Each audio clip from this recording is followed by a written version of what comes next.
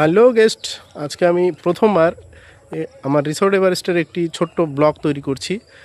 চেষ্টা করছি একটি ব্লগের মাধ্যমে আপনাদেরকে আমার রিসোর্ট এভারেস্টের সমস্ত ইনফরমেশন তুলে ধরার জন্য।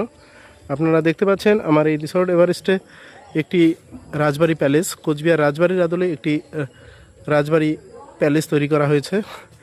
এবং একটু সামনেই এই দেখুন, আমাদের আগ্রার তাজমহলের আদলে একটি তাজমহল প্যালেস তৈরি করা হয়েছে। এগুলো এই রাজবাড়ি এবং তাজমহলের লজিং চার্জ রয়েছে 4,000 টাকা করে ফর অকুপেন্সি। আপনারা 4 জন থাকতে পারবেন এবং ফুডিং প্যাকেজ আছে 750 টাকা করে। এছাড়াও আমাদের রিসোর্ট এভারেস্টের যেটা বাম্বু কটেজ, আপনাদেরকে দেখাচ্ছি। এই বাম্বু কটেজ ডাবল অকুপেন্সি, 2 জন থাকতে পারবেন।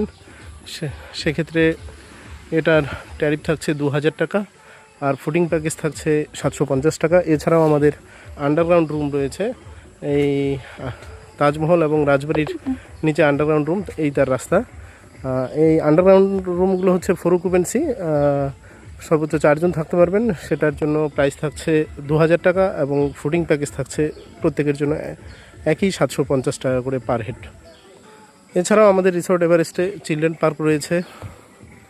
আপনাদেরকে দেখাচ্ছি চিলড্রেন পার্কের কিছু অংশ।